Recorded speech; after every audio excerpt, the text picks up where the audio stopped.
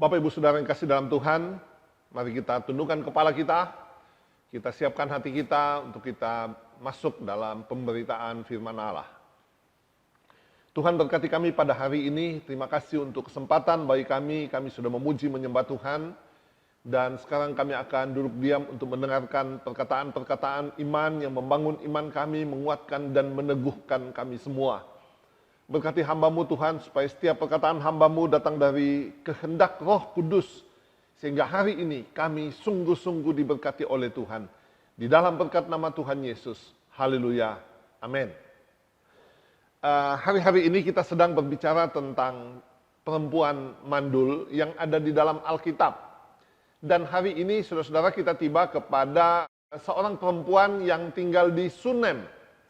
Kalau kita membaca 2 Raja-Raja pasal yang keempat ayat yang ke-18, saudara dikatakan bahwa pada satu hari Elisa dengan bujangnya Gehasi pergi ke sebuah tempat yang bernama Sunem. Sunem ini adalah sebuah daerah di Tanah Perjanjian yang masuk di dalam daerah suku Isakar. Ya, dia letaknya kira-kira kalau saudara memperhatikan di peta, letaknya kira-kira 5 mil di selatan daripada Gunung Tabor. Dan dikatakan saudara bahwa di Sunem tinggal seorang perempuan yang kaya.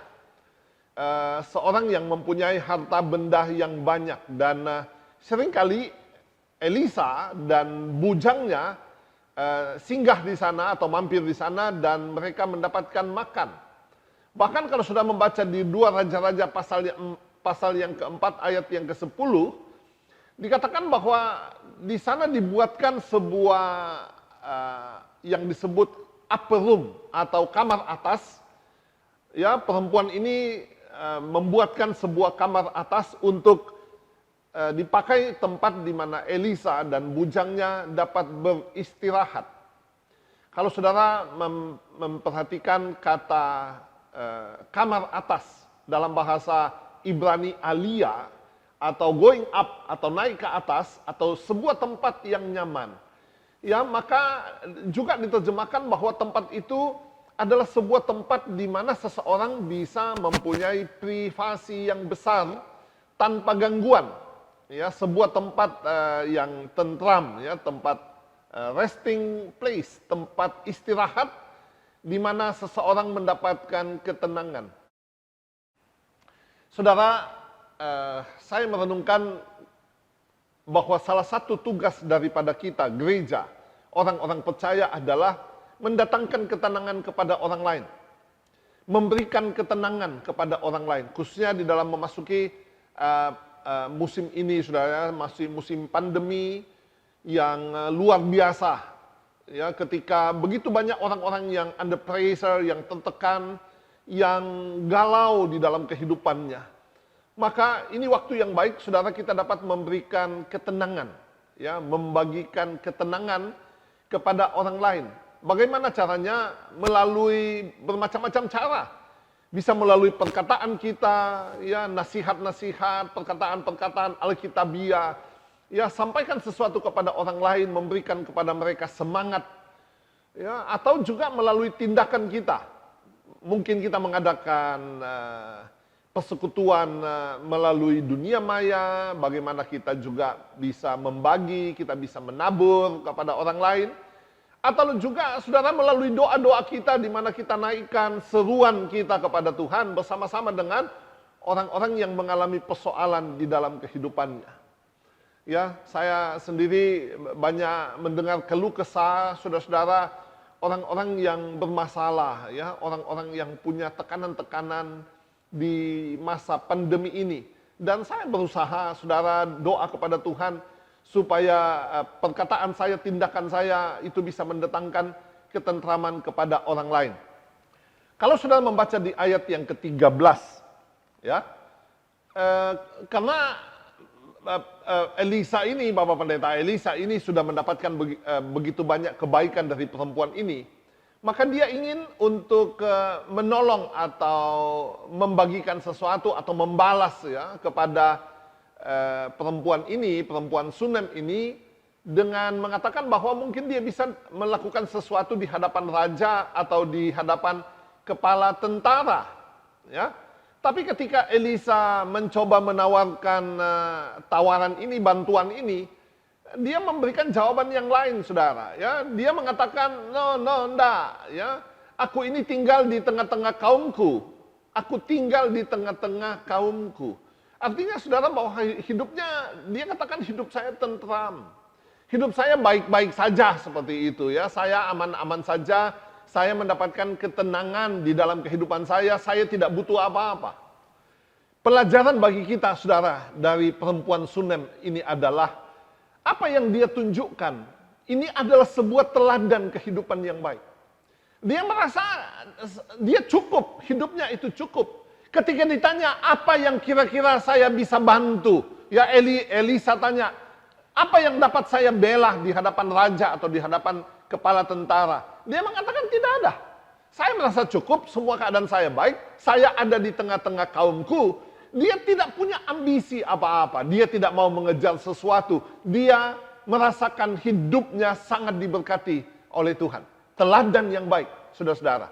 Ya, dan memang kalau kita memperhatikan keadaan dunia hari-hari ini, semua tindakan untuk memenuhi keinginan itu tiarap, padam. Nafsu-nafsu makanan yang mewah, ya, melakukan traveling, belanja-belanja, barang-barang yang menjadi keinginan-keinginan, semuanya turun ke level yang terendah. Ya, tindakan sekarang ini adalah, saudara-saudara, bagaimana memenuhi kebutuhan. 1 Timotius pasal 6 ayat yang ke-6 mengatakan, ibadah kalau disertai rasa cukup memberikan keuntungan yang besar. Wow, saudara, ya, ini yang mesti menjadi teladan bagi kita kalau kita bicara tentang perempuan Sunem. Ya, disertai rasa cukup. Sebab kita tidak membawa sesuatu apa-apa ke dunia ini dan kita pun tidak membawa apa-apa keluar.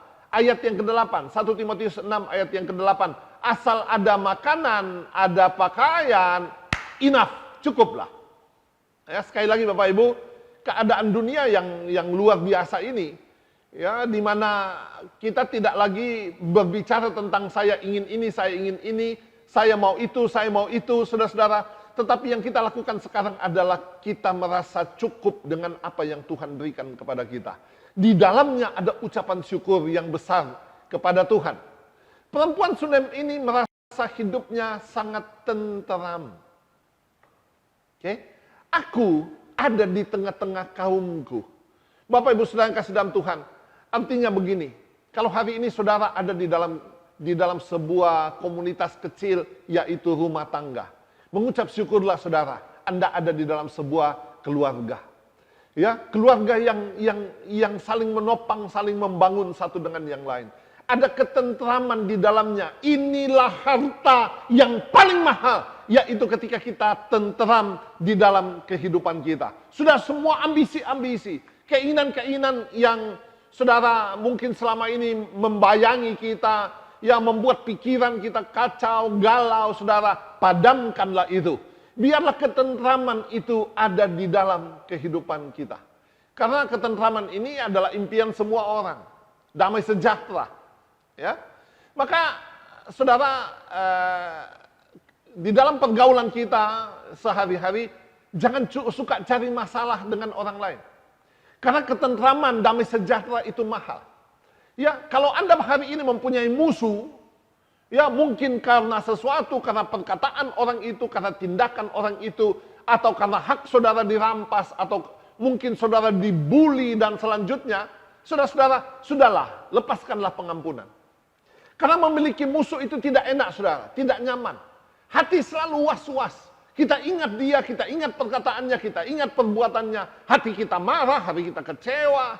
Sudahlah, saudara-saudara, ya. Kalau hari ini suamimu melakukan sesuatu yang buruk kepadamu, atau istrimu mengucapkan sesuatu perkataan yang tidak nyaman di hatimu, sudahlah, saudara. Ya, datanglah kepada Tuhan, gandengan tangan bersama-sama dengan anak-anak, mengucap syukur kepada Tuhan. Kita masih mempunyai sesuatu yang mahal. Ya, yang mahal yang Tuhan sediakan kepada kita. Tuhan memberikan kepada kita iman percaya kepada Tuhan. yang akan membawa kita masuk ke dalam kerajaan sorga. Saudara, memang perempuan ini masih punya masalah. Ya, dia punya masalah di dalam hidupnya, yaitu dia tidak punya anak. Padahal kita tahu, tentu saja seperti kehidupan-kehidupan umum pada orang lain, tentu dia juga ingin mempunyai seorang momongan yang mungkin sudah bertahun-tahun dia rindukan, dia inginkan. Ya, saya sendiri baru punya cucu, saudara, baru 1 bulan sekian hari. Sayang sekali saya cuma bisa lihat videonya karena cucu ini ada di Makassar. Ya, saya selalu bilang kepada Stefani, video papa mau lihat. Ya, orang Toraja bilang ampo atau cucu, dan saya cuma bisa lihat videonya. Kadang-kadang kita video call, tidak bisa digendong karena pandemi ini. Saudara-saudara, mungkin sudah bertahun-tahun perempuan Sunem ini merindukan seorang momongan. Dan ketika dia bertemu dengan hamba Tuhan ini, dan Elisa tanya kepada dia apa yang menjadi kebutuhanmu, dia tidak curhat. Ya, dia tidak berkeluh kesah kepada Elisa bahwa wah selama ini aku sudah berdoa, selama ini aku sudah berjuang. Barangkali kalau zaman sekarang aku sudah ke dokter A, dokter B, kemana saja, tapi aku belum punya anak. Barangkali Tuhan tidak tolong saya. Tidak, saudara. Perempuan ini tidak berkeluh kesah kepada Elisa. Kenapa? Apa sebabnya perempuan ini tidak berkeluh kesah? Saudara-saudara, saya merenungkan begini, kemungkinan dia sudah putus asa. Mungkin dia sudah putus asa. Memang dia masih muda, tapi suaminya sudah tua. Oke? Bapak Ibu, keputusasaan kita adalah kehendak setan. Saya mau ulangi perkataan ini. Jika kita putus asa, itu adalah kehendak setan. Waktu kita menghadapi masalah, saudara, jangan kalah, jangan menyerah. Saya mau beritahu saudara, ada jalan keluar. Ada jalan keluar kepada setiap persoalan yang kita hadapi. Bapak Ibu, kalau kita kembali ke zaman perjanjian lama, satu hari orang Israel ada di tepi laut Teberau. Di tepi laut Teberau. Ya, kira-kira 3 juta orang. Di depan mereka laut, di belakang mereka Firaun dengan tentaranya. Saudara, mereka panik. Tetapi saya mau beritahu, Alkitab memberikan kesaksian kepada kita. Ada jalan keluar. Apa jalan keluarnya? Jalan keluarnya tidak masuk akal. Bagaimana? Melintasi laut. Loh, laut kok dilintasi? Apa ada jembatan? Tidak ada. Apa ada kapal? Tidak ada. Bagaimana caranya? Tuhan bilang kepada Musa, ulurkan tongkatmu. Dan ketika Musa mengulurkan tongkatnya, dan Tuhan membuat jalan di tengah laut. Saudara-saudara, selalu ada jalan. Kalau Tuhan yang membuka jalan, tidak ada yang dapat menutup. Yang percaya katakan amin. Ya, kalau Tuhan yang membuka jalan, tidak ada yang dapat menutup. Bapak Ibu, sudah ingat cerita tentang pada satu hari orang Israel berhadapan dengan orang-orang Filistin. Ya, orang Israel berhadapan dengan orang Filistin. Di sini Raja Saul. Raja Saul itu sudah sangat ketakutan dan seluruh Israel. Ketika tampil Goliat ke depan, seseorang yang tingginya, saudara, hampir 3 meter.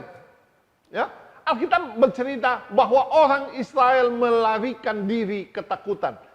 No way out. Tidak ada jalan keluar. Israel ketakutan, rajanya ketakutan. Tetapi saudara, selalu ada jalan. Kenapa? Muncullah Daud. Loh, anak yang masih kecil, kemerah-merahan, yang masih sangat muda, mana bisa melawan seorang pendekar?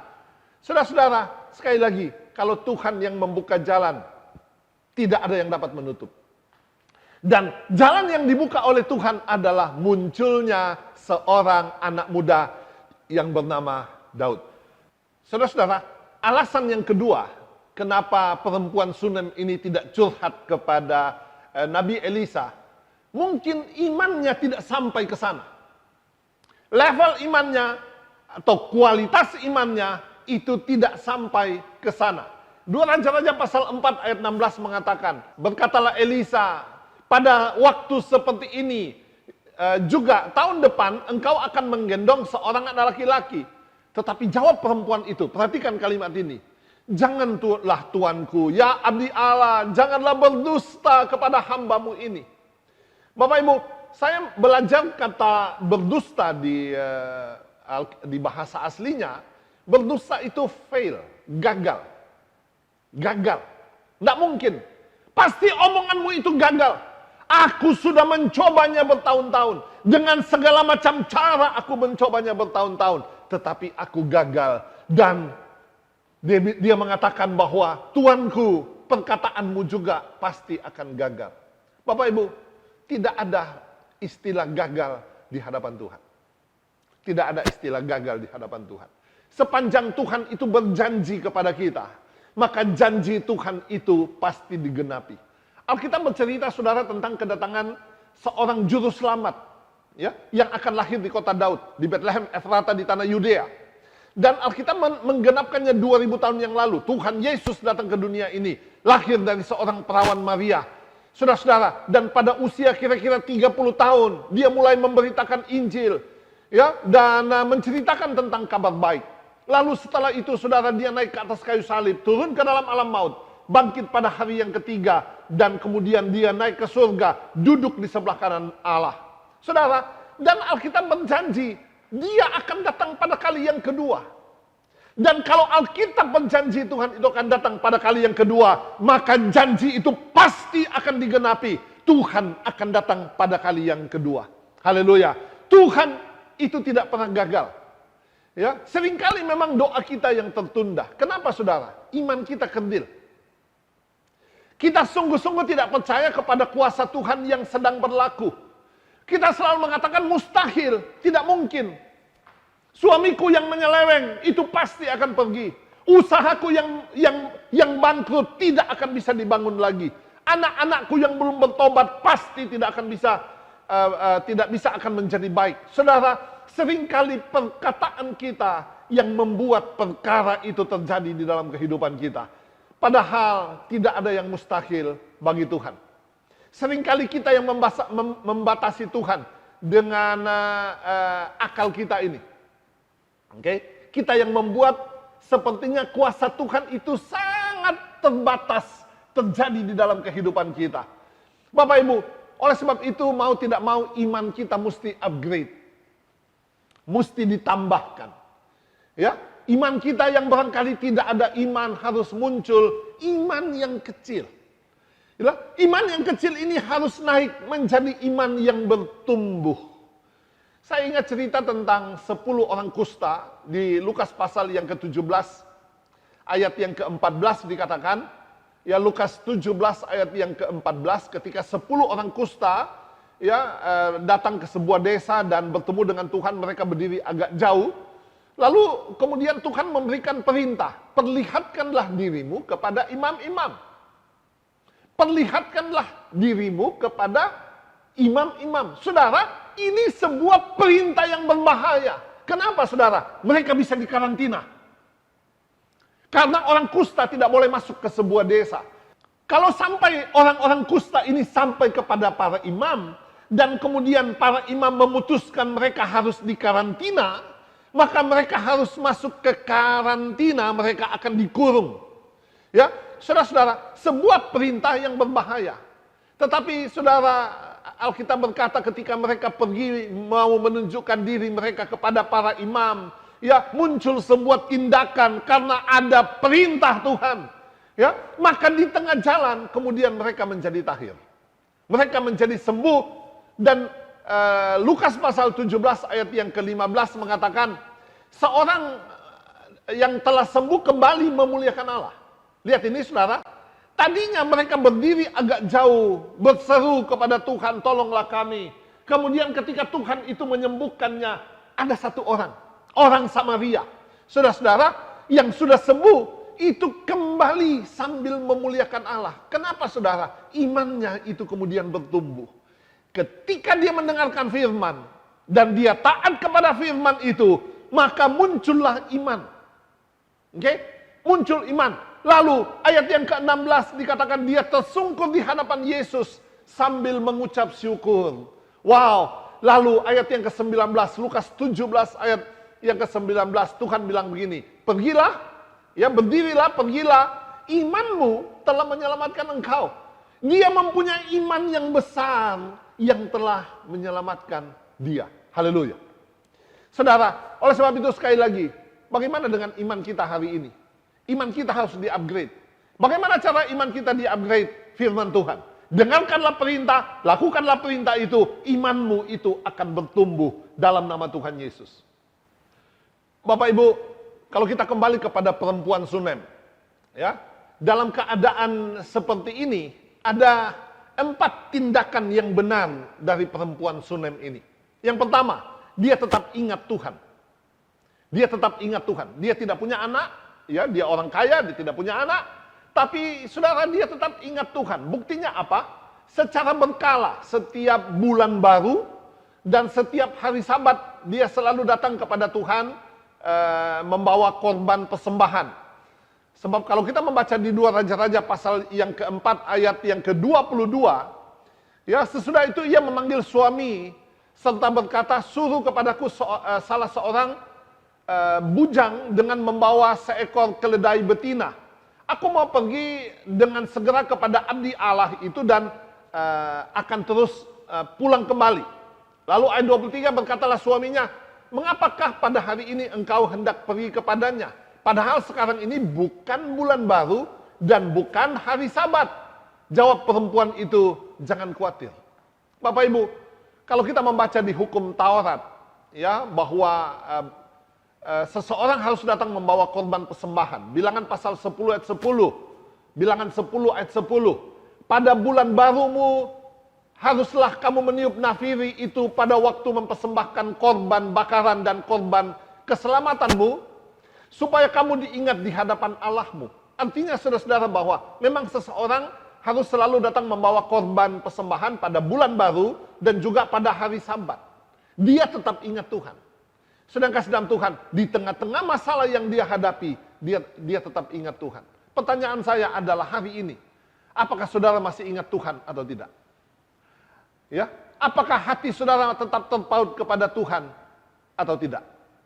Saya tidak mengerti atau saya tidak tahu saudara-saudara bagaimana metode ibadah saudara dalam masa pandemi ini. Karena dari gereja kita mengadakan ibadah online, ya, kita mengadakan Selasa, Rabu, Jumat, Sabtu, Minggu. Saya tidak tahu dalam 1 minggu ini minimal 5 kali kita ada ibadah. Berapa kali saudara ikut? Ada orang yang mengatakan saya cuma ikut hari Minggu. Kenapa? Karena saya takut ikut Zoom. Katanya datanya bisa diambil. Saya tidak tahu saudara, apakah saudara takut kehilangan harta jasmani saudara untuk mendapatkan harta rohani. Oke? Bagaimana saudara, masih ingatkah Tuhan? Atau ada yang mengatakan, maaf saya tidak bisa ikut ibadah online karena saya sibuk, saya melakukan usaha dari rumah, saya jual makanan, saya berdagang, sehingga no time, tidak ada waktu. Saudara-saudara, masihkah kita ingat Tuhan atau tidak? Perempuan Sunem ini tetap ingat Tuhan. Yang kedua, sikap yang baik yang dia punyai adalah dia tetap ingat hamba Tuhan. Ya, dia memperhatikan hamba Tuhan. 2 Raja-Raja pasal 4 ayat 8. Pada satu hari Elisa ke Sunem. Ya, ingat sekali lagi, dia punya persoalan, dia tidak punya anak. Di sana tinggal seorang perempuan kaya yang mengundang dia makan. Dan seberapa kali ia dalam perjalanan, singgahlah ia di sana untuk makan. Ya, hari-hari ini banyak orang yang datang membawa makanan ke gereja, saudara ya. Ada saja, ada yang bawa kentang, ada yang bawa tomat, ada yang bawa ikan bakar, ada saja ya orang yang membawa makanan. Terima kasih banyak, haleluya. Ya, dan saya tidak mau cuma menerima, saudara, saya juga mau tetap menabur. Ya, saya ketemu hamba Tuhan, saya juga memberi sedikit-sedikit, saya kasih juga beras, dan apa yang saya punyai, saya bisa sharing kepada orang lain. Tapi perempuan Sunem ini, dia ingat hamba Tuhan. Yang kedua adalah di ayat yang ke-9, dia membuatkan kamar atas, ya, satu tempat yang nyaman bagi Elisa dan melengkapi isinya.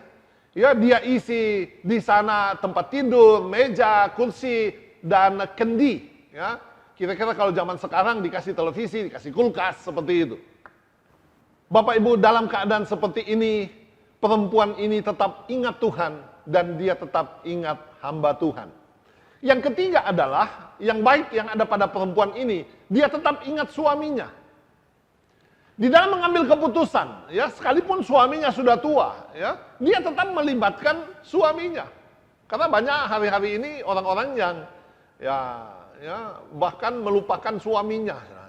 Ayat yang ke-9 dikatakan, berkatalah perempuan itu kepada suaminya, sesungguhnya aku sudah tahu bahwa orang yang selalu datang kepada kita itu adalah abdi Allah yang kudus. Lalu ayat yang ke-10 dikatakan, baiklah kita membuatkan sebuah kamar atas yang kecil. Dia tetap mengajak suaminya untuk melakukan tindakan yang benar. Ya, saudara-saudara, dia tetap melibatkan suaminya di dalam mengambil keputusan. Ya, ingat saudara, cerita ini mengatakan dia tidak punya anak, suaminya sudah tua, dan kemungkinan masalah itu bukan ada pada dia, tetapi ada pada suaminya. Tetapi saudara, dia tetap memberikan respect. Ya, dia tetap memberikan hormat kepada suaminya, sekalipun suaminya mengalami keterbatasan. Yang keempat, sikap yang baik dari perempuan ini adalah dia tetap mengucap syukur dengan keadaannya. Apa yang ada padanya, ya, kejadian yang menimpa dia, keadaan rumah tangganya, pekerjaannya, dan selanjutnya dia mengucap syukur kepada Tuhan. Sekali lagi dia mengatakan, aku ada di tengah-tengah kaumku. Bapak Ibu Saudara yang kasih dalam Tuhan, teladan daripada perempuan ini adalah teladan yang luar biasa. Dia tidak berkeluh kesah, dia tidak menyesali nasibnya. Ya, dia mengucap syukur kepada Tuhan, dan ini yang harus kita lakukan. Hari-hari ini saudara, naikkanlah ucapan syukur kepada Tuhan. Biarlah hidup kita tentram, damai, sejahtera, ya, penuh dengan sukacita. Apapun yang terjadi kepada kita, kita naikkan ucapan syukur kepada Tuhan. Sebab saya mau beritahu saudara, dengan ucapan syukur kepada Tuhan, maka Tuhan akan memperhatikan keberadaan kita. Dan saya percaya saudara-saudara, keluh kesah kita, doa-doa kita, permohonan kita, pasti dijawab oleh Tuhan di dalam nama Tuhan Yesus Kristus. Doa saya, saudara-saudara kita semua tetap kuat, teguh, iman kita tetap kuat, kita percaya kepada Tuhan, dan Immanuel, Tuhan menyertai kita sampai selama-lamanya. Dalam nama Tuhan Yesus, haleluya, amin.